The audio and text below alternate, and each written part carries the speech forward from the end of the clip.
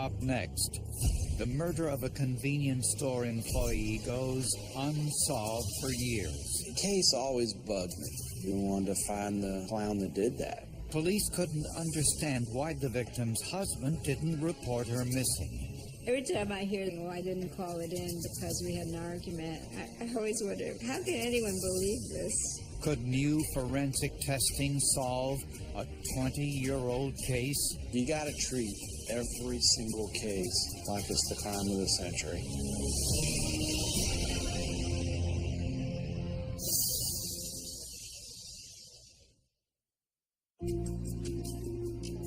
When Rod and Julie Estes started their life together in Jacksonville, Florida, as husband and wife, they had to figure out, like most couples, how to support themselves.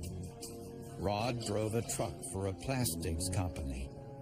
But the only job 21-year-old Julie could find was working the late shift at a convenience store near their home. She had graduated from high school, but she was a recent transplant to the Jacksonville area and needed that job to put food on her table. Convenience stores and gas stations were really the only things at night that were open that people would rob. I imagine sitting in that convenience store without any kind of modern-day surveillance or protection or panic button that she must have been fearful. Julie normally worked afternoons and evenings and closed the store at 11 p.m. But one night, a customer noticed the store was closed at 10:30, a half hour earlier than the closing time posted on the door. Police were asked to check it out. We shined our lights in the windows. There was absolutely no signs of foul play. Nothing was disrupted. Nothing was overturned. It just looked like somebody left the store. So we went back to work and went about our normal shift. The next morning, the daytime clerk opened the store and discovered it had been robbed. The floor safe had been open and appeared to be empty, and that the power appeared to have been cut off the night before. According to the owners, around $500 was missing from the safe. Police tried to find Julie, but she wasn't home. Surprisingly, Julie's husband said she never came home from work, and he admitted he hadn't reported her missing. He told me at that time that they had had a small argument before she left for work. And I'm like, well, you didn't call the police when she didn't come home for, 8 hours? Every time I hear that story of somebody saying, I didn't call it in because we had an argument, I always wonder, how can anyone believe this? Later that morning, 4 miles from the convenience store, police found Julie's car in the woods, stuck in mud. The key was still in the ignition. One of our helicopters spotted Blue Camaro, not a long distance away, but in a wooded area that's known for vehicles dumped or parked or whatever out there. They saw what they perceived to be drag marks leading away from the vehicle, and then they followed the drag marks. A few hundred feet from the car, under some cardboard, was Julie's body. Julie's body was found with her arms tied behind her back with her very own shoelaces. Her shirt was pulled up with her breasts exposed. Her pants and panties were pulled down to her socks. The details of the crime just really go right through you. They make you realize how much she really went through. Here was a 21-year-old woman who on one hand wore a high school class ring, on the other one her wedding ring. Julie's husband said he had an alibi, one police had heard dozens of times over the years. Rod Estes had explained that he was by himself all evening, had watched a football game, and had fallen asleep. and no one was with him all night. Not the best alibi in the world if a policeman thinks you might be responsible for your wife's disappearance, but it's all he had. And investigators had another problem. They suspected Julie had been murdered elsewhere. As investigators searched for Julie Estes' killer, they began by looking for clues inside her car, which was found stuck in mud in the woods near her body. And the evidence told a story. Julie herself was a tall girl. She was approximately 5'8", 5'9". The seat had been moved all the way up as if a shorter person had been driving it. And so it was apparent that someone other than Julie had been the last person to drive that car, and in fact that person probably was shorter. And they also found blood drops in the trunk. Tests showed it was the same blood type as Julie's, an indication she was injured elsewhere, placed in the trunk, then driven to the woods. Initially, they weren't sure whether that was the scene of the murder or that was simply a dump site. That type of development makes investigation that much more difficult because now you've got two crime scenes to worry about. Unfortunately, there were no foreign fingerprints found on or in the car. And investigators found no usable footprints in the mud and dirt. Julie's purse was discovered at the scene with no money inside. The convenience store's money bag was there, but it too was empty. Julie's killer had removed the laces from her shoes to tie her hands, but her shoes were missing. Julie's shoes were distinctive even back in 1985 because they were purple. The next day, investigators got a potential lead. Police got a call from a man who'd been kind of scrounging around behind another convenience store when he came upon a purple pair of shoes. The purple shoes were almost certainly Julie's. The laces were missing. A bowling bag and some receipts with Julie's name left no doubt the items were hers. The site was just a half-mile from the convenience store where Julie was last seen alive. We found evidence that things were taken out of the trunk of her car. She was probably forced into the trunk. Then she was driven 5 or 6 miles away from there where her body was found. Normally, the evidentiary value of the items would be significant, but not this time. The civilian that had found those items had at first taken them home. This meant all the evidence at what may have been the murder site was compromised. Somebody's been there moving things around, and it just makes the investigation a lot more difficult. There was no physical evidence that at that particular time that could identify a killer. In the meantime, it didn't take long for investigators to eliminate Julie's husband as a suspect. When he was perfectly willing to take a polygraph examination, kept in contact with the officers trying to work this case, I think all suspicion was erased. But Julie's autopsy did provide some important information about the killer. The medical examiner found evidence of sexual assault. A rape test kit recovered biological evidence, presumably of the perpetrator. Unfortunately, DNA testing wasn't yet available. Crimes in 1985 were a lot harder to solve just based on technology. There are just certain things that we could yield DNA profiles from today you wouldn't be able to get back then. As the weeks went by and the number of leads started to dwindle, investigators continued to search for Julie's killer, knowing full well they had no forensic evidence to identify him. but it didn't stop them from trying. At this particular time, when this incident occurred, some weird things were happening in that area. 7 months before Julie's murder, the body of a missing 15-year-old girl was discovered just 3 miles away. Her body was so badly decomposed, the cause of death couldn't be determined. And 2 months before Julie's murder, a 10-year-old girl was found dead, hanging in a tree in the woods just 2 miles from Julie's convenience store.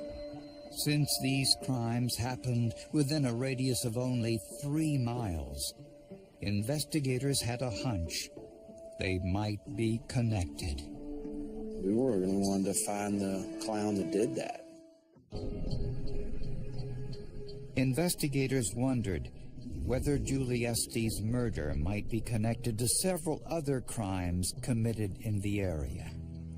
Unfortunately, investigators had no evidence to link them. Right now, by today's standard, physical evidence is one of your top factors in reviewing a case. It's very significant, very important. They make the case. With no leads, no evidence, and no suspects, the trail of Julie Estes' killer turned cold. Julie's family started to believe her murder would never be solved. After a couple of years, I just gave up. I said, well, we're up here and they're down there, and, nobody cares. The case always bugged me, She went missing on my watch. And it bugged me. I mean, every time I drove by that store, I thought of her. And it bugged me. After a few years, Patrolman Frank Mackesy was promoted to Chief of Detectives with the power to recommend cases to the Cold Case Unit. Mackesy had always had a strong desire to solve this case. This is a case that had stuck with him and stuck in his mind through his whole career.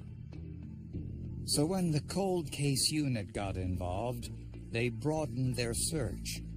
They looked at every sexually motivated crime in the region and got a break. Just 2 months after Julie Estes' murder, 30 miles away in another jurisdiction, there had been another convenience store crime, almost identical to Julie's, except in this case, the victim survived. A 19-year-old convenience store worker, Carla Nobles, had just closed the store and given a ride to a young man she met in the parking lot.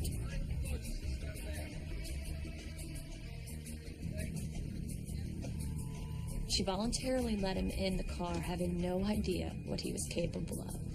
She did a quick drive to the post office where he said he wanted to go. Before they got there, the man pulled a knife, forced her to drive to an isolated field, and sexually assaulted her.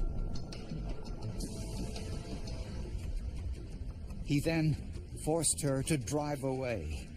She was sure he was going to kill her because she could identify him. But then she saw the only chance to escape, a police officer directing traffic. What are you doing?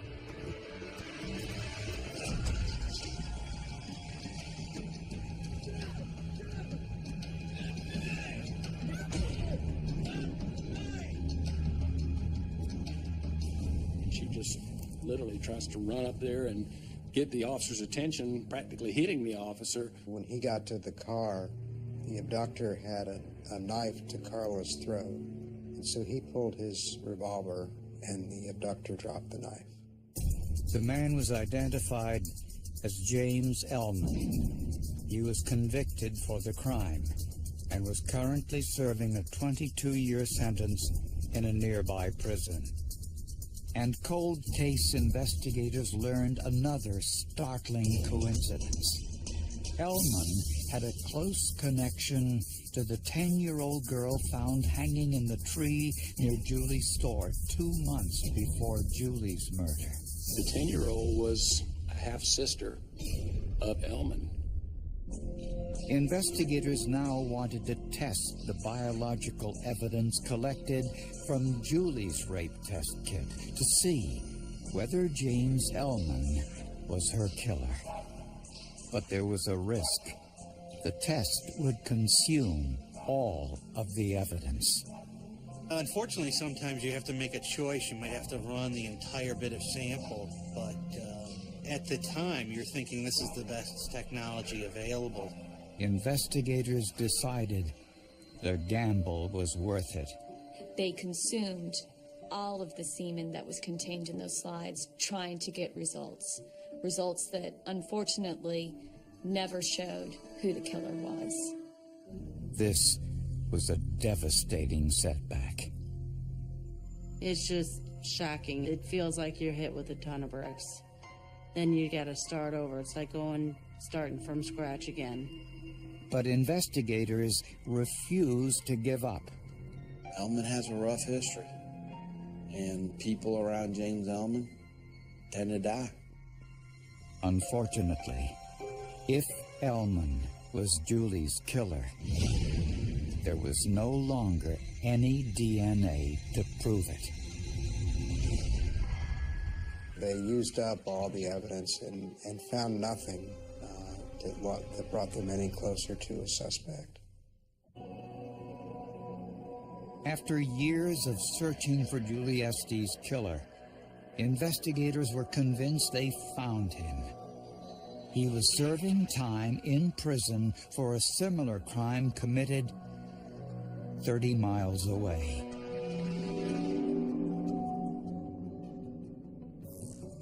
His name was James Ellman. Ellman was the worst of the worst. We talk about he's the poster child of antisocial. It's a clue when the public defenders are afraid of him, when the doctors are afraid of him, when the people at the medical treatment facility are afraid of him. But investigators wanted to be sure Ellman was responsible for Julie Estes' murder. Why? Because if he wasn't, Julie's killer was still on the loose. No, it's not always a Hollywood ending. Sometimes you don't get any results. Cases still go unsolved. So, 16 years after Julie's murder, the Jacksonville Police Department sent Julie's clothes to the U.S. Army Crime Lab in Forest Park, Georgia, one of the most sophisticated labs available. The evidence included socks and her shirt and jeans, as well as other items from her sexual assault kit, which included like fingernail scrapings and other swabs. Scientists there were discouraged. All but one of the items had been analyzed and tested. The socks had never been tested, probably because nobody expected to find anything useful on them. The idea that forensic evidence could have transferred onto Julie's socks was remote. Nevertheless, analyst Brian Higgins examined the socks with light sources that cause genetic material to fluoresce. I was kind of like, wow, could these be actually semen stains? I was kind of surprised, actually, because it's not one of the more common places we would find semen. The areas were removed, then analyzed with a new DNA test that needed only a very small amount of genetic material. When DNA first started out, you needed a lot of DNA, and then it needed to be high-quality DNA. Nowadays, it can be very degraded, and we can have very limited quantities and still yield good results. Miraculously, the test generated a mixture of 2 DNA profiles, one female and one male. One was Julie's DNA, the other was the DNA of the killer. They were able to identify that DNA profile as the exact match to James Ellman. We were all ecstatic. I mean, it was unbelievable feeling, and you know, that's the reward of cold case, when you have that piece that you never had before, and you're able just to put that one thing together, and you know, you've got the entire case. Investigators confronted Ellman in prison with the evidence. And I'm telling you that your DNA, that your semen is in the murder scene of this murdered girl. I'm telling you, I wasn't there. I don't know anything about this girl. If you're not there, how does James Ellman's semen get in the damn crime scene? You know what's going on? I don't even want to take some of this 20 years ago from my refrigerator and take my blood today and then match it to that? Yes. Okay. Forensics can do that. I understand all that. But what makes you think that semen is mine? James Ellman is a monster that now sits behind bars. I always knew that there was going to be a day that they were going to say, we got it. This case is solved. Based on the DNA evidence, prosecutors believe James Ellman was probably walking by the convenience store where Julie Estes worked around 10:30 and noticed there were no customers inside.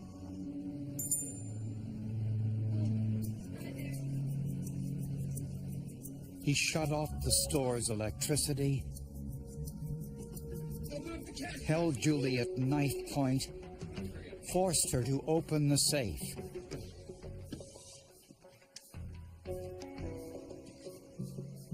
Then he made her drive a half-mile away to an area behind an unoccupied store.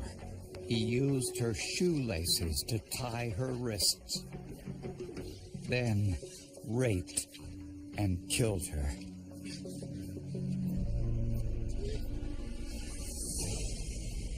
He removed items from Julie's trunk to make room for her body.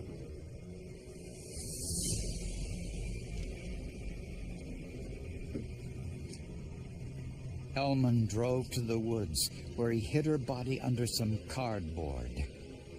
The biological evidence from the attack was embedded in her cotton socks. Ellman probably wanted to keep Julie's car, but it got stuck in the mud, and he had to escape on foot. Authorities had plenty of suspicion, but no evidence to charge Ellman with his half-sister's murder. But after 17 years, there was plenty of DNA evidence to charge him with Julie Estes' rape and murder. It just was unbelievable that it would be the socks that would hold the true identity of her killer. And how would you want me to say? What would you really want me to say? I guess I just asked for an explanation. I mean, you know how forensics works. I can't give it to you. Well, the only reasonable explanation is that you're involved in the murder. No, that's not true. That's not true. That is definitely not true. Faced with a possible death penalty, Ellman decided to plead no contest to Julie Estes' rape and murder. In return, he was sentenced to life in prison with no possibility of parole. The lesson for criminals would be, no matter how long ago you did the crime, the forensics has a capability of solving it. If it wasn't for forensics in this case, the DNA and everything, I don't think that they would ever solve it. We always talked about if we ever got out, we were just going to have to, we'd be counting bodies. We believed he was that bad. You got to treat every single case like it's the crime of the century.